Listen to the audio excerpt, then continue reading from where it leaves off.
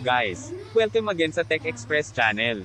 Ang videong ibabahagi ko ngayon sa inyo ay kung paano solusyonan ang OS o Windows na hindi activated or activation expired.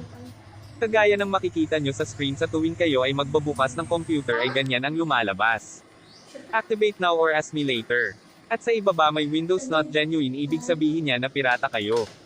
Kaya panoorin nyo lang hanggang matapos dahil ito na ang solusyon sa problema nyo. Paki-subscribe na rin sa ating channel. Punta lang sa kahit anong browser at e-type sa search bar ang CHEW.WGA at e-click ang link. Pagkatapos e-click ang download. At e-copy ang link saka e-paste sa search engine para ma-download. At pagtapos na e-download ay ito muna ang paalala. Dapat i-disable muna ang antivirus at Windows Firewall na kagaya ng ginagawa sa video para hindi mawala ang file ng application na dinownload nyo.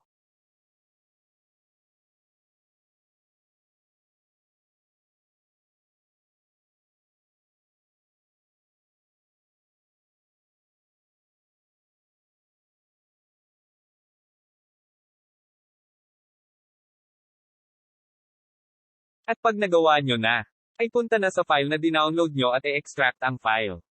At dito ay hihingan kayo ng password. Kaya balik kayo dun sa site na pinag-downloadan nyo. At makikita nyo ang password copy lang ito saka e-paste.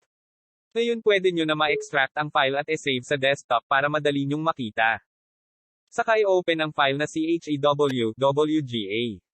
B0.9 at i-click ang apply at piliin ang yes. Saka hintayin matapos ma-install at pag natapos na ay automatic na mag-restart ang PC nyo.